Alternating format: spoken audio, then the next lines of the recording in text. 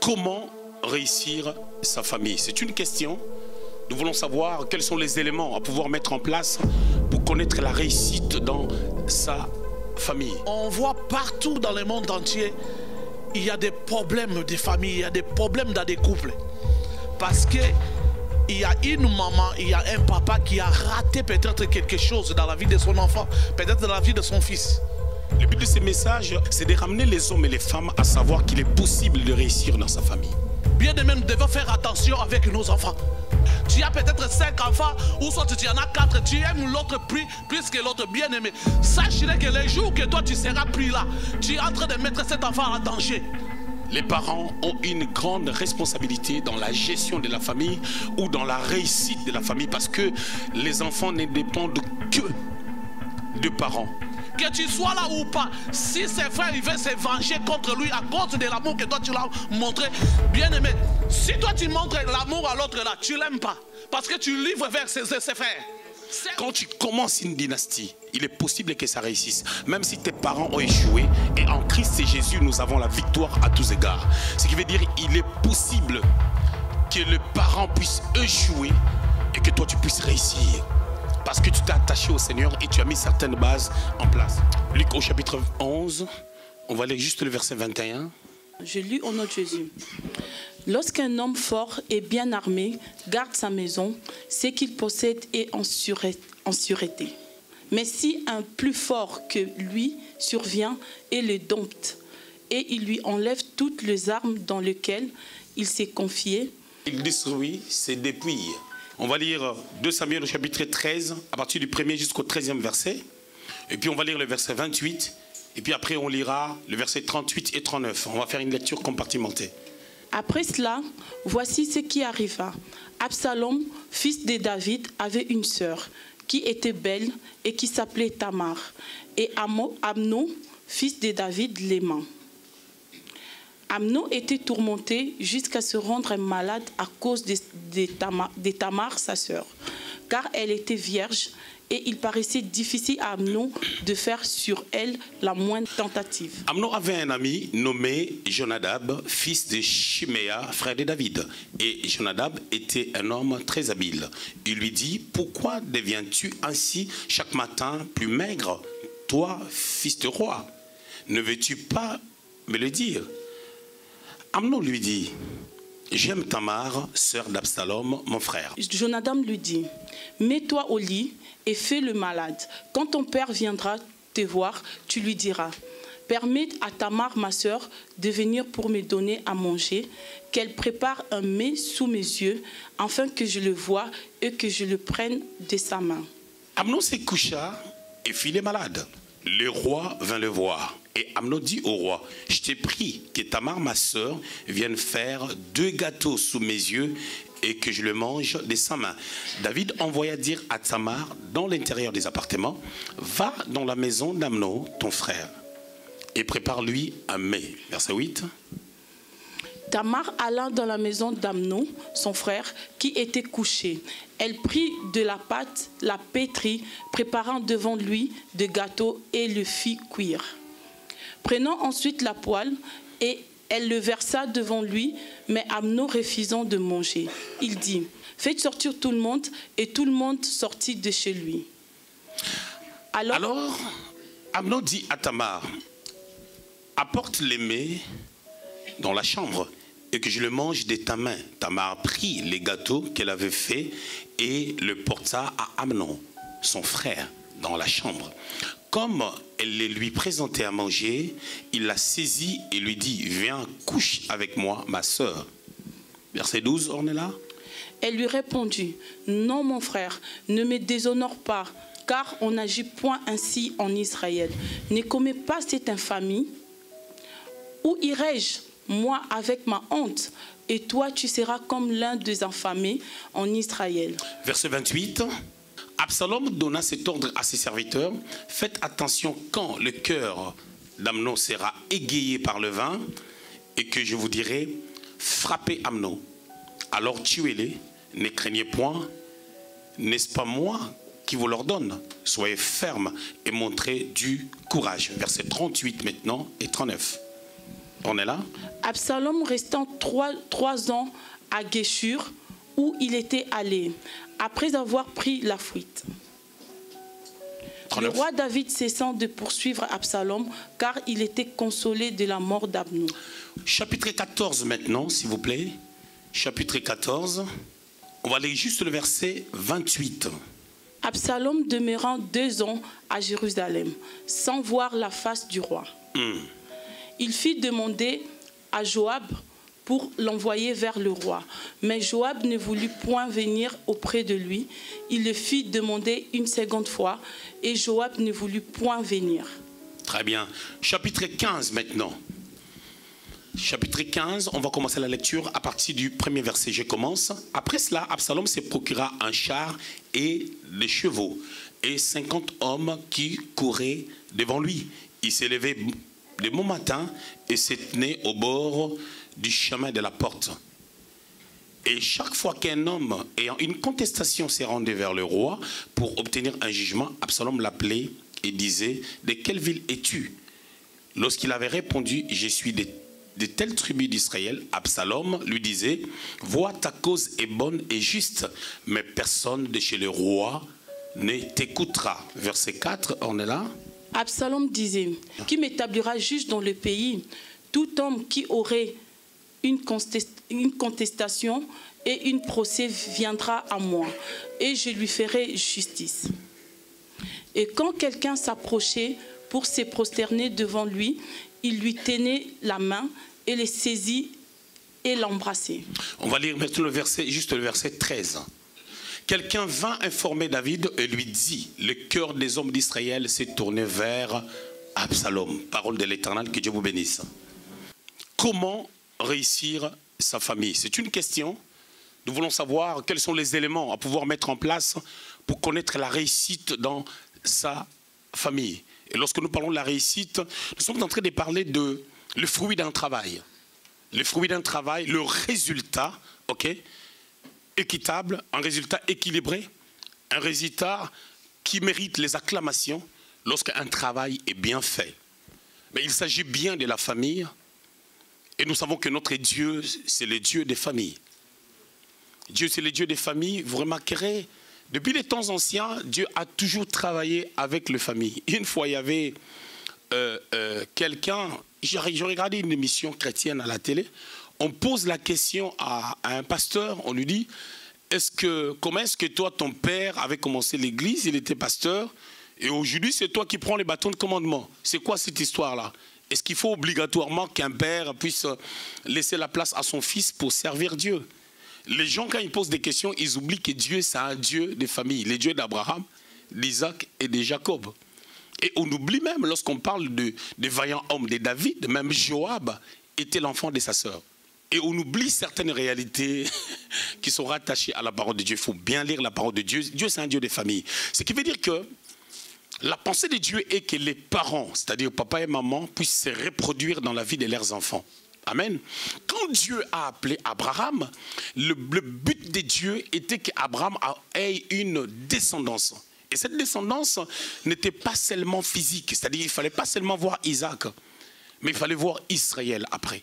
Un peuple qui sera bâti, qui sera construit. Un peuple choisi par Dieu, un peuple qui était dans les entrailles de Dieu. Mais pour voir ces peuples marcher avec Dieu, il a fallu qu'il y ait Abraham, qu'il y ait Isaac, qu'il y ait Jacob, qui va faire une alliance avec Dieu, qui va se battre avec le Seigneur, c'est allégorique, et il va sortir vainqueur, et son nom sera changé de Jacob, qui veut dire celui qui supplante, en Israël, celui qui a persévéré ou qui a combattu avec Dieu.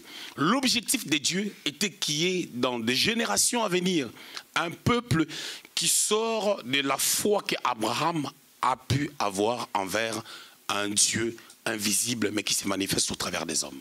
Vous savez, il est très important de pouvoir réussir dans ses entreprises et réussir aussi dans la famille.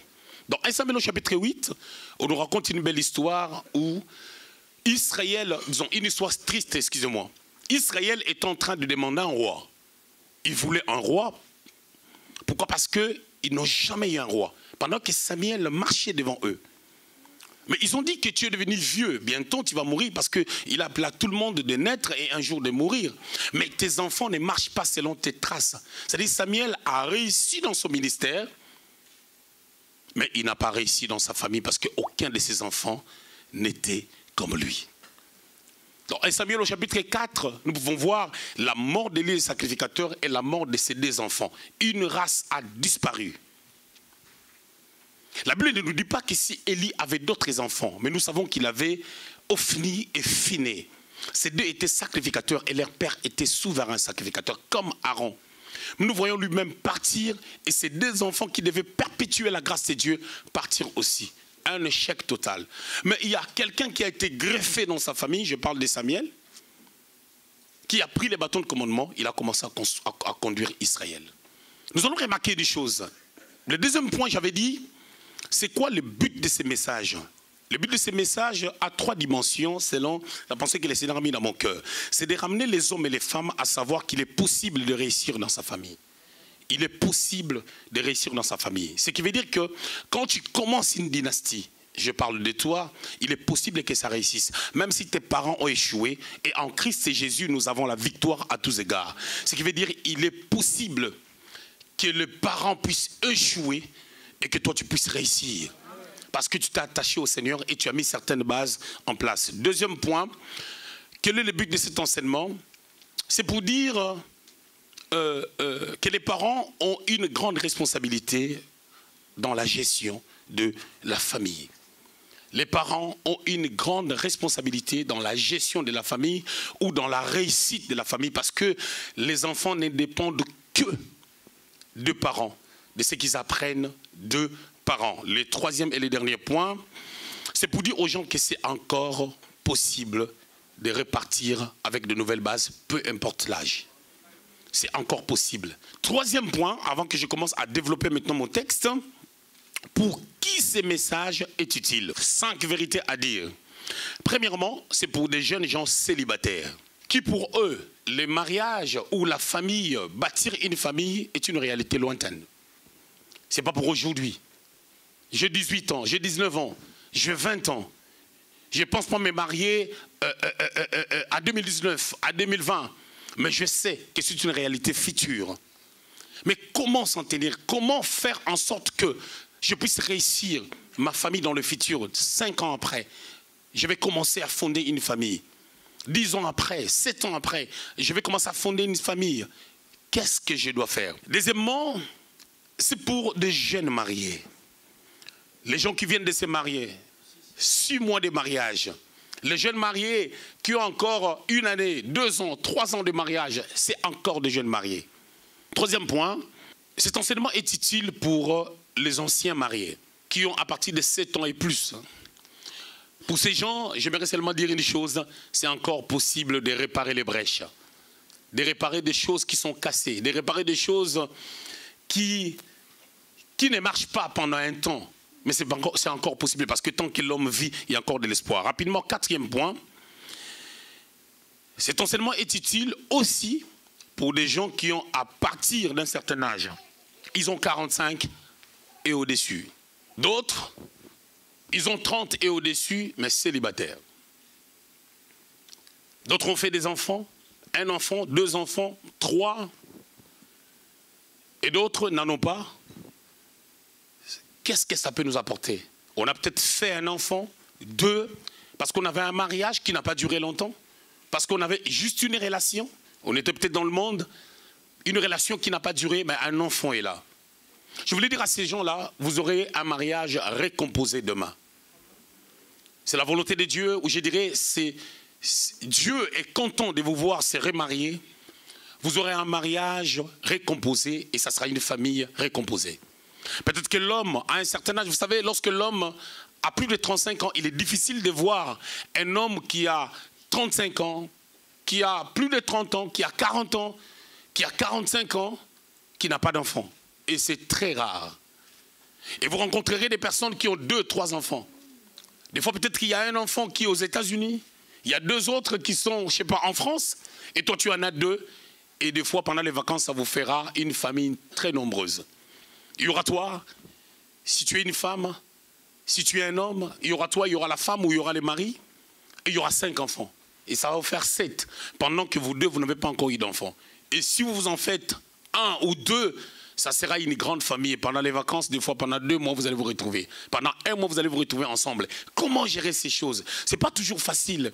Et généralement, les gens qui sont à l'extérieur, ils voient les familles récomposées où les gens se cognent. Ils se disent non, mais celle-là n'est pas intelligente. Celui-là, il n'est pas sage. Mais c'est difficile.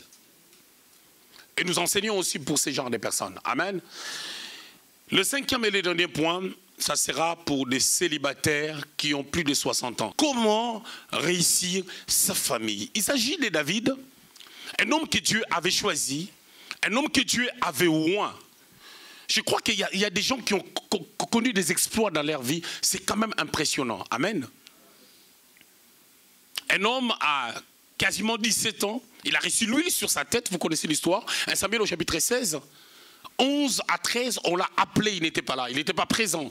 L'huile a respecté son porteur. L'huile a respecté la tête où ça devait couler. Le prophète a tenté de le faire par une autre personne. On le voit dans la vie de tous les jours. Il y a des gens que Dieu impose leur bénédiction. Il y a des gens que Dieu impose dans ton cœur. Tu les sens au plus profond de toi, que tu dois encadrer cette personne, que tu dois suivre cette personne, que tu dois donner un conseil à cette personne. Même si toi tu ne veux pas, Dieu l'impose parce que ta pensée ne reste que humaine. L'huile a été imposée sur la tête de David parce qu'il était le choix de Dieu. Et cet homme a connu les hauts et les bas. À un moment donné, pendant 2 ans, j'avais parlé des expériences de David. Pour voir les valeurs qui sont liées non seulement à cette personne, mais aussi à sa marche avec Dieu. Et quand on regarde David, il y a un cours en théologie qu'on appelle la clé de David. Ça nous permet de comprendre, de savoir comment marcher avec Jésus-Christ. Et cet homme est le réel, la vraie typification, de la personne de Christ, notre Sauveur. David, qui était oint, a marché avec le Seigneur. À un moment donné dans son histoire, vous allez voir dans 2 Samuel au chapitre 3, 1 à 5, David était à Hébron. À ce temps, Saül venait de mourir. Saül venait de mourir, lui il est devenu roi, mais de 2 tribus. La tribu de Benjamin et la tribu de Juda. Mais Saül aussi, qui était roi d'Israël, était de la tribu de Benjamin. Parce que la tribu de Juda et la tribu de Benjamin faisaient partie des tribus du sud. Et tout le reste faisait partie des tribus du nord. Et après, on avait mis pour capitale, lors de schisme, dans 1 Roi chapitre 12, on avait mis pour capitale de tribu du nord la Samarie. Et Juda avait pour capitale Jérusalem. Et David était à Hébron. Hébron, c'est une ville de Juda. C'est la ville que Caleb avait reçu en promesse. Dieu avait dit à Moïse de lui dire quand il avait 40 ans qu'il va posséder cette montagne d'Hébron. Et 45 ans après, lorsque Moïse était mort, Caleb a réclamé cela auprès de Josué. On ne va pas rentrer là-dedans. Alors David était à Hébron lorsqu'il est devenu roi de Juda. Sa famille était à Hébron.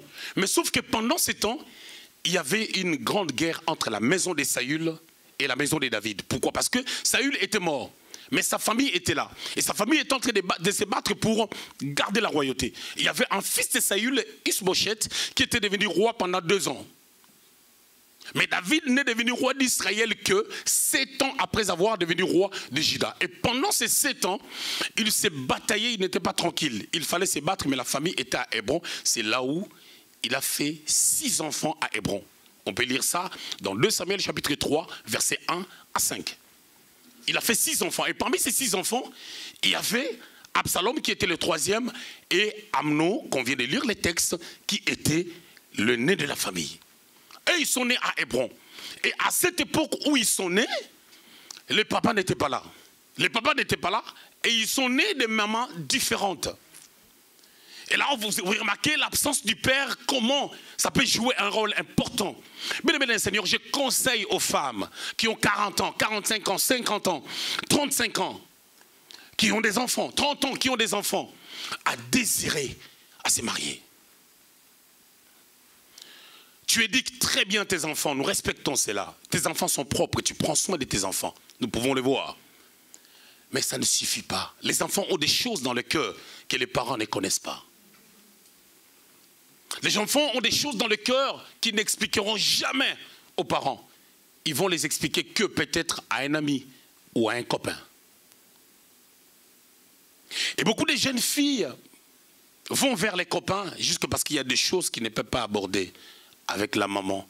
Soit la maman se bat aussi. Je suis seul, je dois être sévère envers mes enfants. Je veux les réussite parce qu'il n'y a pas de papa. Je dois faire papa et maman. Et ce n'est pas toujours évident. C'est difficile pour la maman, mais de l'autre côté pour les enfants, il y a aussi un trou. Mais il arrive des fois, papa et maman sont là. Mais papa c'est un David. Il doit se battre pour la royauté. Il est appelé. Il est tout le temps en guerre avec Joab. Pendant 7 ans, ils doivent combattre pour avoir la royauté. Et entre-temps, comme David avait 2 femmes, il a fait des enfants. Et de l'autre côté, il y a l'autre femme. De l'autre côté, il y a aussi l'autre. Et il y a des enfants. Il y a l'absence de papa, mais les 2 femmes sont là. Ce sont des rivales. Et vous savez, quand vous partagez un seul homme, il y aura toujours des soucis. On a vu avec Léa et Rachel qui étaient sœurs, mais qui partageaient un seul homme. Et il y avait aussi des soucis. Non seulement David était absent, il avait 2 femmes. Et après, il en avait eu plusieurs. À un moment donné, il en avait 40. Bien-aimés dans le Seigneur, ça c'était la dispensation de la loi et des prophètes. Pour Dieu, ce n'était pas, à ce temps-là, ce n'était pas un péché.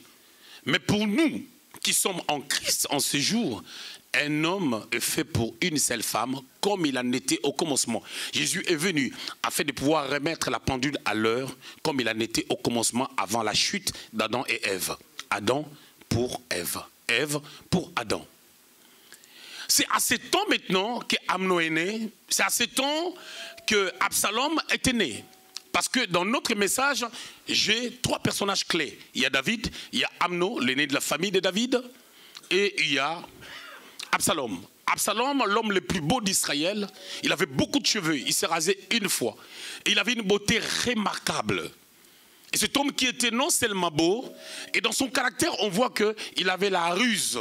C'était quelqu'un qui pouvait garder des choses dans son cœur très longtemps sans pour autant dire un mot. Et Amnon, on peut remarquer dans son caractère, c'est quelqu'un qui ne tient pas compte des relations des familles. Il tombe amoureux de sa sœur, de sa petite sœur. Mais par contre, Tamar, leur petite sœur, il était directement la petite sœur d'Absalom. Parce qu'avec Absalom, ils avaient même père et même mère. Les papas, c'était David. Et Absalom, sa maman, était la fille d'un roi, mais un roi étranger. Alors Absalom, je crois, de 2 côtés, une bonne fierté sortant de la famille royale. Son père David était roi. Et de l'autre côté de la famille des mamans, il y avait aussi la royauté dans les sangs. Et dans le cœur d'Absalom, il avait un fort désir de devenir roi. Il savait que nous sommes à plusieurs et que notre famille connaît de plus en plus les déséquilibres. Je dois me battre pour la royauté. Et pour avoir cette royauté, qu'est-ce qui doit se passer? Je dois virer les papas. Parce que si je laisse les papas rois, le papa fera son choix. Et son choix, peut-être ça ne sera pas moi.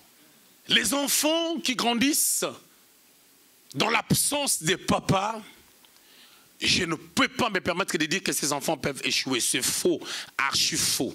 Ils peuvent réussir lorsque nous mettons en pratique ces genres d'enseignement. On ne peut pas dire que telle personne peut connaître l'échec à cause de l'absence d'une personne. Non. Il n'y a que l'absence de Dieu qui peut amener les gens à connaître la chute. Amen.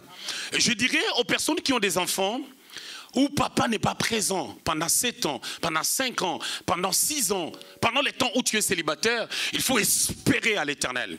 Il faut espérer que Dieu est capable de repartir à zéro avec nous. Dieu est capable de faire des choses. Dieu est capable d'affecter la gloire de Dieu. Et demandez aussi au Seigneur de te donner beaucoup de sagesse par rapport aux enfants. Il y a des choses que tu seras coincé. Tu n'arriveras pas à prendre tout de suite la décision. Il y a l'école qui appelle, qui met la pression. Tu ne sais pas exactement quoi faire. Mets les genoux à terre. prie à Dieu. Dieu parle tantôt d'une manière, tantôt d'une autre. Job 33, verset 14. Dieu peut te donner une révélation par rapport à l'école de ton enfant. Bien aimé, Dieu peut parler dans tous les domaines de la vie. Il peut placer une sagesse dans nos cœurs afin de pouvoir savoir qu'est-ce qu'il veut. Quelques années après, les enfants de David ont grandi. Et David avait beaucoup d'enfants, si vous pouvez le remarquer. Déjà à Hébron, pendant 7 ans, il en a fait 6. Et les commentateurs disent, quand il partait en guerre, en revenant, fatigué de la guerre, dès qu'il dort, quand il se réveille comme ça, il pompe. 6 enfants pendant 7 ans.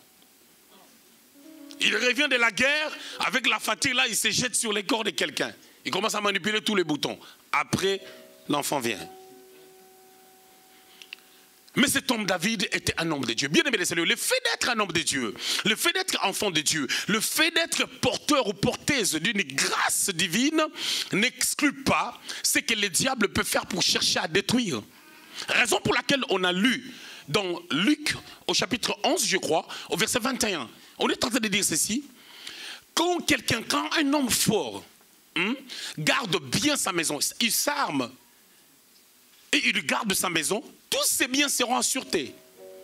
Mais par contre, ici, quelqu'un qui est plus fort que lui, bien aimé dans le Seigneur, vous devez comprendre une chose, permettez-moi de ce que je vais dire. Le diable est fort, mais Dieu est plus fort. Le diable est fort, mais Dieu est plus fort. Et si nous laissons celui qui est plus fort que notre ennemi, le diable, travailler en nous, nous serons plus forts que le diable. Mais si nous ouvrons des portes, celui qui est fort, et je parle du diable, viendra pour nous lier, pour prendre ce qui nous appartient. Bien-aimé, il n'y a pas de plus cher que tu as, je vais te le dire, si ce n'est que les enfants qui sont sortis de toi. Si tu n'en as pas, tu dois comprendre que demain, quand tu en auras, il faut penser que ta vie, c'est pour que tu sois une bénédiction pour cette descendance. Et eux aussi, ils seront une bénédiction pour les autres. Par là, je voulais dire 2-3 choses. La première est que je me demanderai aux parents, futurs parents qui auront des enfants dans 5 ans, dans 3 ans. Je dirais aux parents actuels qui ont des enfants qui ont 18 ans, 15 ans, 2 ans, 3 ans, 4 ans, de savoir que la vie, ce n'est pas seulement le manger et le boire. La vie, ce n'est pas seulement ce qui nous plaît, ce qui me plaît moi. Non, la vie, c'est aussi ce que Dieu veut. Parce que les enfants cherchent à nous regarder, ils veulent voir en nous des modèles. C'est très important. Je parlais avec un jeune homme, son père est mort à 8 ans. Quand son père est mort à 8 ans, sa maman est brutale. Sa maman est tellement brutale, la brutalité de sa maman, on l'a changé de connotation, c'est devenu brutaux. Sa maman, lorsque tu joues avec elle, elle peut te poursuivre avec une machette. À tout moment, elle peut prendre même la marmite d'haricots et déverse sur toi. La maman de ces jeunes hommes peut te porter plainte. Ses enfants ont joué avec elle. Elle a appelé la police. On les a arrêtés. On les a mis en prison 2-3 jours. Or, il arrive des fois, les enfants ont besoin qu'on les fasse asseoir pour leur parler. Tu sais ce que tu as fait, c'est pas bon. Mais pour revenir à l'histoire de ces jeunes hommes, avec une maman qui est brutale, le papa qui est absent, qu'est-ce qui va se passer? La maman est tellement brutale, mais tout le temps, trop de bruit à la maison, je vais me retrouver dehors avec les amis. Et quand on se retrouve dehors avec les amis, vous savez, ces amis-là, qui se sont retrouvés dehors, c'est comme des enfants qui se moquaient d'Élisée, excusez-moi. Élisée, dans 2 Rois au chapitre 2, venait d'avoir sa double portion d'onction. Il retournait, d'un côté, il avait les soucis de son père qui venait de partir, et de l'autre côté, il avait reçu un manteau. Et quand il est en train de venir, les enfants, la Bible déclare, les adolescents étaient dehors. Qui les a permis d'être dehors? La mauvaise gestion des enfants, la mauvaise gestion de la famille. Et on est en train de voir cette famille de ces enfants-là qui étaient nombreux connaître un échec total. Pourquoi? Parce que ces enfants ont été bouffés par les ours et leurs parents ont fait une perte. Il y a eu la perte de la progéniture, il y a eu la perte de la descendance. Mais cette perte-là était physique, ils ont disparu. Mais il y a des pertes qui sont spirituelles. Il y a des parents qui perdent les enfants spirituellement. Parce qu'on laisse le temps. Parce qu'on loupe certaines bases à poser sur la vie de nos enfants. Et ça fait que les enfants, à un moment donné, se retrouvent vides. À 25 ans, à 26 ans, 27 ans, à 23 ans, à 24 ans, elles vont tomber amoureuses, ils vont tomber amoureux. Qu'est-ce qu'ils vont transmettre à leurs femmes? Qu'est-ce qu'ils vont transmettre à leur mari? Jeune homme me disait, lorsque quelqu'un me provoque, je vais me battre, je vais me déshabiller, je reste avec mon slip pour que je me batte bien. Vous savez, quand tu es nu, quand on veut te faire une prise de judo, ça ne marchera pas bien. Surtout si tu mets de l'huile dans ton corps ou de l'eau. Tu vas glisser. Mais pourquoi ces jeunes hommes pouvaient faire ça? C'est parce que quand sa maman se fâche, elle reste en collant. Pour se battre, elle aussi. Amen. Oui. Amnon tombe amoureux. Il tombe amoureux de qui? De sa sœur. Et le pire dans le contexte, on nous montre que, au chapitre 13, on nous montre qu'il commence à maigrir. Il commence à maigrir parce qu'il est tellement amoureux. Donc, en d'autres termes, il ne mangeait pas. Quand il veut manger comme ça, le visage de sa sœur Tamar, ça sort sur l'assiette. Je ne sais pas qui a eu l'idée, lorsque les enfants commencent à grandir, on les sépare des chambres. Ah, cette personne avait très bien fait. Raison pour laquelle les parents, vous devez réussir dans la vie. Si tu as des garçons, si tu as des filles, il y a des gens qui dorment des fois en masse. Vous ne savez pas. Quand la jeune fille de 18 ans est en train de dormir, son petit frère de 11 ans est en train de regarder. La jeune fille dort, il fait chaud. Elle soulève sa jambe tranquillement. Le petit frère est en train de regarder. Là où les raisins verts sortent. Tranquillement. Et il est très important, bien aimé dans le Seigneur, d'être prospère. De commencer avec un studio, un appartement simple et de grandir, de grimper les échelons, d'être équilibré. Vous savez, plus les enfants sont à l'aise, plus même leur éducation sera autrement. C'est très important qu'un enfant ait sa chambre. Il y a des enfants qui naissent pas de chambre. L'enfant n'a jamais vu la couleur de la chambre. Il dort en masse. Il dort en groupe. Et c'est très dangereux toutes ces choses-là. C'est très dangereux. Le petit exemple, lorsqu'on grandissait, je conduis le Seigneur, je dormais dans la chambre avec mon frère. Mes deux frères, ils avaient besoin de mettre la musique du monde, j'avais besoin de mettre la musique de Dieu. Vous voyez la cacophonie? Et on dormait. Et parce qu'ils doivent être libres, il doit être libre, mon frère, il met ses chansons. Et je dors avec ça. Moi aussi, je vais mettre mes chansons. Et en priant Dieu, je dis, Seigneur, il faut que ces choses finissent. Mais je ne peux pas le dire. Ce n'est pas chez moi, c'est chez mes parents. Il faut qu'il y ait une démonstration de la puissance du Saint-Esprit. Vous savez qu'est-ce que tu as fait? Il y a une force bizarre qui est venue dans la chambre, qui a affecté la chambre. Les gens qui dormaient avec moi, ils ont senti la présence d'un esprit mauvais. Ils se sont retrouvés dehors. Moi seul, je suis resté dans la chambre. Ils ont dit, si toi tu es resté et que nous on s'est retrouvés dehors sans savoir comment, on arrête de mettre la musique du monde. Et de fois, bien aimé dans le Seigneur, tu peux comprendre une chose, tu peux être locataire, tu peux avoir la possibilité de louer un appartement qui coûte 3 chambres, mais tu es tellement sapeur et que chaque mois, ton budget part dans des vêtements. Et les 300 € là des vêtements, ça peut couvrir un loyer pour qu'un enfant ait une chambre. Nous laissons passer tellement le temps par tout ce que nous aimons, de belles voitures, de belles choses, des vêtements, et ainsi de suite. J'aime que vous soyez bien habillés, j'aime que vous soyez propres. Mais être bien habillé, ça ne veut pas dire avoir beaucoup de choses. Quand tu peux, gloire à Dieu. Quand tu ne peux pas, fais très attention à toi. Écoutez bien, aimés dans le Seigneur, je désire, étant votre Père, que tout le monde travaille. Parce que si tout le monde travaille, vous allez avoir des crédits, vous allez acheter des maisons. Et quand vous allez acheter des maisons, ça sera un choix. Quand tu loues un appartement, ce n'est pas ton choix. Tu vas trouver des choses comme ça a été construit. Mais quand tu travailles, tu vas faire un choix. Tu vas tellement te battre. Vous savez, il y a le travail, il y a la vision. Tu vas tellement te battre pour que les choses soient comme tu voudras. Et tu diras, ça c'est la chambre de ma fille qui a grandi. Il arrive des fois, il y a un grand écart entre la grande sœur et la petite sœur, entre les grands frères et les petits frères. Et le petit frère veut être avec son grand frère, la petite sœur veut être avec sa grande sœur, mais la grande sœur sent que tu es trop petite, tu n'es pas mon ami. Il y a des choses que je ne veux pas que tu le saches de moi. Pensez à ces choses. Alors cet homme, Amnon, est tombé amoureux de sa sœur. Il ne dormait plus. Il a créé une stratégie. Je vais faire le malade. Amen. Écoute, cet Amnon-là, il est tombé, il a fait le malade. Une fausse maladie. Je ne sais pas comment les gens font pour faire... Vous savez, même quand quelqu'un fait une bêtise, hein, quand quelqu'un fait une bêtise, tu verras la personne, quand tu le rencontres, il a fait trop de bêtises, tu vois. J'ai froid. Qu'est-ce qu'il y a? Non, je sens un peu la fièvre. Le poids des bêtises. Maintenant, on crée une atmosphère de pitié. Il a fait le malade pour coucher avec sa sœur. Sa sœur lui a dit, allons voir papa.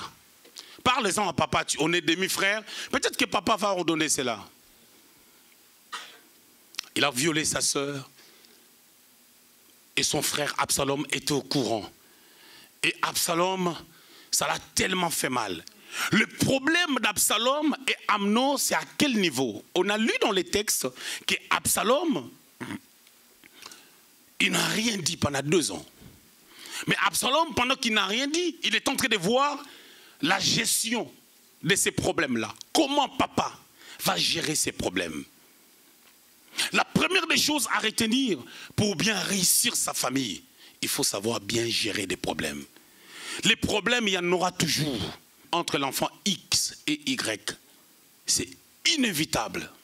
Pourquoi? Parce que là où il y a des hommes, il y a toujours des problèmes. Au ciel, dans une atmosphère sainte, dans une atmosphère sacrée, il y avait un problème là. Le diable s'est révolté, il est parti avec les anges. Quand les anges étaient en train de se révolter, les anges déchus s'est révolté contre Dieu avec les diables, ils étaient en train de dire aussi, t'as vu, Dieu, il n'est pas bien. Non, c'est un mauvais. C'est bizarre. Hein? Mais acceptons aussi quand on dit des choses sur nous, parce que pour Dieu, on a dit ça. Hein? Dieu qui est saint, on lui a dit des choses, il a accepté. Et nous autres, des fois, on te dit que non, tu sais, comme tu es là, tu es serviteur de Dieu, mais il y a quelque chose qui n'a pas bien fait. Tu te fais des choses. Moi, vraiment, ouin de Dieu. Ah, vous blaguez avec le ouin, ne touchez pas mes ouins. Frère, tu es ouin, mais tu es frère. Alléluia. Dieu t'a choisi, mais tu es un humain. Moi, ouin de Dieu. Non, tu es ouin de l'huile de palme. Loin de Dieu, accepte aussi là où il n'a pas bien fait. Si tu n'acceptes pas, tu es loin avec l'huile de palme. Absalom regarde l'attitude de David. La Bible dit que David fut irrité. David fut irrité, mais il n'a rien fait. On ne voit pas là où David punit Amnon. On ne voit pas, il fut irrité. C'est-à-dire quand on parle de quelqu'un qui fut irrité, il y a plusieurs mots qui se cachent derrière. David était mécontent de cette action. David était affecté négativement par rapport à cette action. Il s'est mis même en colère par rapport à cette situation. Mais Absalom regarde, qu'est-ce qu'il va faire? Alléluia. Écoutez, la Bible dit que Amnon, qui a couché avec Tamar, il a continué sa vie normalement. Absalom organise un festin dans le but de pouvoir tuer Amnon. Il dit à David que j'ai besoin de tous les fils du roi dans le festin que je vais organiser. Mais pourquoi il peut demander Amnon à David? C'est que quelque part, Amnon était le protégé de David parce qu'il est un fils aîné. Il arrive des fois, tu as ton enfant, l'aîné de la famille. Tu as tellement souffert avec cet enfant. C'est lui ou c'est elle qui est la plus protégée. Tu les protèges tellement. Raison pour laquelle je suis en train de parler premièrement, je ne sais pas si je finirai, parce que ma femme a un commentaire à mettre, la gestion des problèmes. Dans la gestion des problèmes, la première des choses que nous pouvons voir, c'est lorsqu'il y a un souci, comment tu donnes la punition, la sentence. La deuxième des choses, comment ton cœur se présente vis-à-vis de tous les enfants.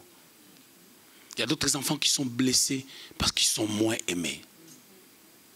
Il y a d'autres enfants à cause de leur faiblesse. Pas beaucoup d'intelligence à l'école. Trop de rapports à l'école, ça commence à affecter le cœur de la maman ou le cœur du papa. Et surtout des fois, quand le papa n'est pas là, c'est difficile étant femme de tout gérer. gérer des problèmes de finances, il faut acheter des vêtements pour les enfants, il faut veiller si tout va bien, il faut aussi s'occuper de la maison parce que quand les enfants grandissent, ils n'ont pas la touche comme la maman de pouvoir bien nettoyer la maison jusqu'au coin. Et la maman, des fois, les samedis, elle doit se réveiller les matins, elle doit nettoyer tous les coins de la maison et veiller sur tout. Elle regarde la montre, des fois, il est 14 h, fatigué. Elle doit faire à manger pour les enfants parce que quand elle laisse les enfants faire, des fois, la touche n'est pas bonne, ainsi de suite. Il y a toutes ces choses-là. Des fois, il faut amener les enfants à l'apprentissage, les apprendre des choses. Maman professeur, maman qui nettoie la maison, maman qui gère le vêtement, maman qui fait ceci, maman qui doit voir les devoirs, maman ceci. Des fois, ça pèse. Et de l'autre côté, tu vas remarquer que cet enfant-là, lorsque tu es venu en Europe, ou cet enfant-là qui t'a peut-être sorti d'un pétrin. Donc, il arrive des fois, à cause d'un enfant, c'est comme les cas de certaines personnes qui ont des enfants tard. Vous êtes mariés 10 ans, 14 ans, comme nous, et il faut faire très attention. Les enfants sont là. Quelle sera mon attitude par rapport aux enfants? Ils peuvent être des pourris gâtés. Dieu peut être là et les enfants peuvent échouer. Pas parce que Dieu n'a pas fait son travail, pas parce que c'est juste parce que moi, père, j'ai eu une mauvaise gestion des enfants. Ça peut être le cas pour l'église. Bien aimé, vous n'êtes pas pareil. Tu peux me voir, je suis tolérant avec quelqu'un. C'est comme ça. Dieu veut déposer un amour que la personne n'a pas eu dans son cœur. Pendant un temps, Dieu veut que ça soit comme ça. Tu peux voir, je suis sévère avec toi comme Pierre. C'est ta saison.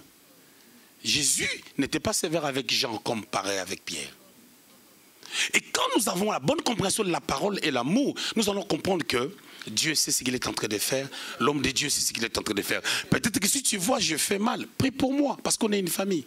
Mets-moi dans la prière. Tu laisses un peu tes problèmes de côté. Tu commences maintenant à prier pour moi, pour que le Saint-Esprit puisse faire comme selon ce que toi tu as vu que c'est mieux. David voit la situation. Il voit la situation, mais Amnon se sont protégés. On part même lui demander, hein, est-ce qu'Amnon peut venir? Amnon est parti, Absalom l'a tué. Quand Absalom l'a tué, il a quitté le pays pendant 3 ans.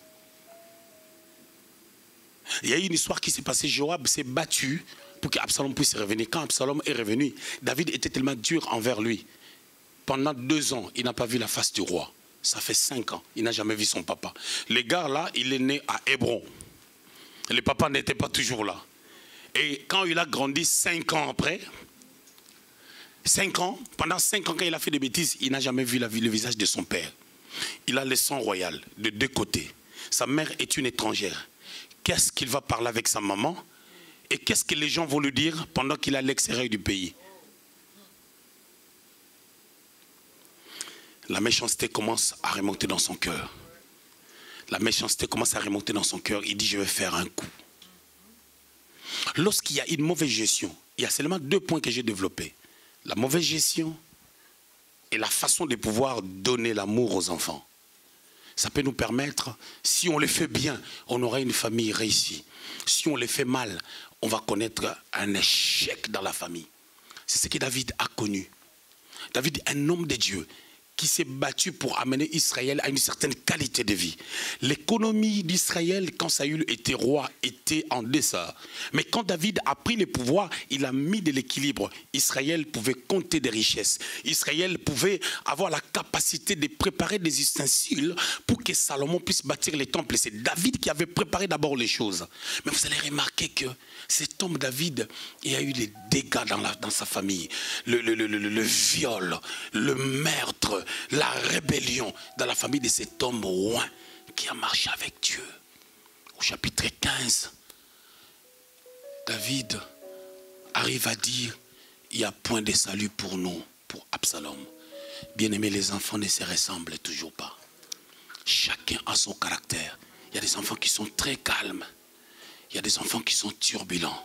Bien aimé, les turbulents d'aujourd'hui peuvent devenir des rois demain. Bien aimé, il y a des enfants qui ont des lacunes à l'école, qui ont des problèmes pour comprendre. Vous devez savoir qu'il y a l'étoile de Dieu dans la vie de ces enfants-là. Et le diable est en train d'attaquer cette étoile-là. Et ces enfants peuvent être une grande joie pour vous. Quand ils sont trop maltraités, pas en les frappant, tu peux maltraiter quelqu'un par des petites choses que tu dis. et ça peut affecter les enfants négativement. Et aujourd'hui, on parle des enfants de la rue. La rue ne fabrique pas des enfants. Les enfants là sont nés au travers des parents, ils se sont retrouvés dans la rue. Et nous, bien aimés, nous sommes bénis. Nous qui sommes en Europe, il y a la sécurité entre guillemets. Et nous, Dieu nous a fait grâce, nous sommes là. Bien aimés dans le Seigneur, ne prenons pas le temps que nous pensons en Europe en vain. Frères, sœurs, hommes mariés, tu peux voir ta femme se réveille comme ça les matins, elle ne parle pas. Chaque personne, quand il se réveille les matins, on ne se réveille pas toujours de bonne humeur ou de la même manière.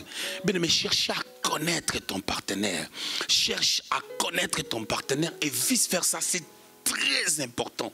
Beaucoup de personnes, quand on fait ce genre d'enseignement, moi j'ai 55 ans, moi j'ai 60 ans, ça ne me concerne pas. Bien aimé, nous sommes aussi appelés à évangéliser, à enseigner les gens. Ce que tu reçois, tout le monde ne prêchera pas, mais d'autres personnes amèneront plusieurs au Seigneur parce que Dieu les a bénis.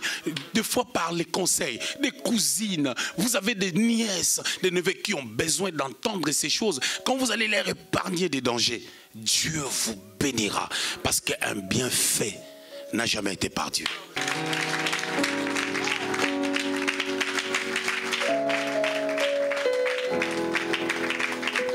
Comment réussir sa famille? C'est une question. Nous voulons savoir quels sont les éléments à pouvoir mettre en place pour connaître la réussite dans sa famille. On voit partout dans le monde entier, il y a des problèmes de famille, il y a des problèmes dans des couples. Parce que il y a une maman, il y a un papa qui a raté peut-être quelque chose dans la vie de son enfant, peut-être dans la vie de son fils. Le but de ces messages, c'est de ramener les hommes et les femmes à savoir qu'il est possible de réussir dans sa famille. Bien aimé, nous devons faire attention avec nos enfants. Tu as peut-être 5 enfants, ou soit tu en as 4, tu aimes l'autre plus que l'autre. Bien aimé, sache que les jours que toi tu seras pris là, tu es en train de mettre cet enfant en danger. Les parents ont une grande responsabilité dans la gestion de la famille ou dans la réussite de la famille parce que les enfants ne dépendent que de parents. Que tu sois là ou pas, si ses frères ils veulent se venger contre lui à cause de l'amour que toi tu l'as montré, bien aimé, si toi tu montres l'amour à l'autre là, tu l'aimes pas parce que tu livres vers ses frères. Quand tu commences une dynastie, il est possible que ça réussisse. Même si tes parents ont échoué, et en Christ et Jésus, nous avons la victoire à tous égards. Ce qui veut dire qu'il est possible que les parents puissent échouer et que toi tu puisses réussir. Parce que tu t'es attaché au Seigneur et tu as mis certaines bases en place.